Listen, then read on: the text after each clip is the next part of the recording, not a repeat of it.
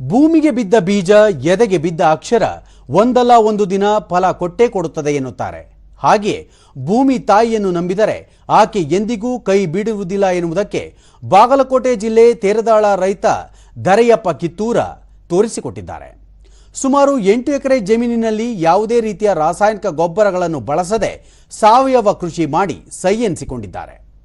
ರಾಜ್ಯದಲ್ಲೇ ಕಪ್ಪು ಅರಿಶಿಣ ಬೆಳೆದ ಮೊದಲ ರೈತ ಎಂಬ ಹೆಗ್ಗಳಿಕೆಗೂ ಪಾತ್ರರಾಗಿದ್ದು ಹಲವು ಪ್ರಶಸ್ತಿಗಳನ್ನು ಮುಡಿಗೇರಿಸಿಕೊಂಡಿದ್ದಾರೆ. 6 ತಿಂಗಳ ಬೆಳೆಯಾದ ಕಪ್ಪು ಅರಿಶಿಣ ಬೆಳೆದು ಕೆಜಿಗೆ 4 ರಿಂದ 5 ಸಾವಿರ ರೂಪಾಯಿವರೆಗೂ ಮಾರಾಟ ಮಾಡುತ್ತಿದ್ದಾರೆ. ಕೃಷಿ ಹೊಂಡಗಳನ್ನು ನಿರ್ಮಿಸಿ ಪಶು ಸಾಕಾಣಿಕೆಯನ್ನು ಮಾಡುತ್ತಿದ್ದಾರೆ. ಇದರ ಜೊತೆಗೆ ದೇಶಿ ಹಾಗೂ ವಿದೇಶಿ ಹಣ್ಣು ತರಕಾರಿ ಗಿಡಗಳನ್ನು ಬೆಳೆಸಿದ್ದಾರೆ. ಮಳೆ ನೀರನ್ನು ಸಂಗ್ರಹಿಸಿ ಶುದ್ಧೀಕರಿಸಿ ಕುಡಿಯಲು ಕೂಡ ಉಪಯೋಗಿಸುತ್ತಿದ್ದಾರೆ.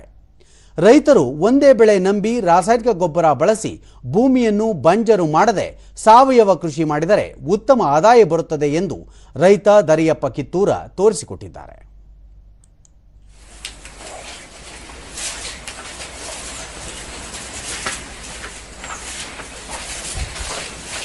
ಆ ಸಿಸ್ಟಮ್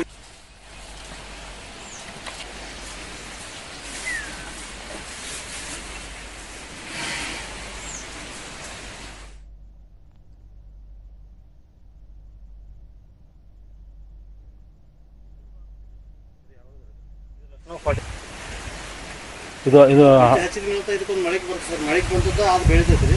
ಇದು ಸೈಡ್ ಹಂಗೆ ಇರ್ತೈತಿ ಇದು.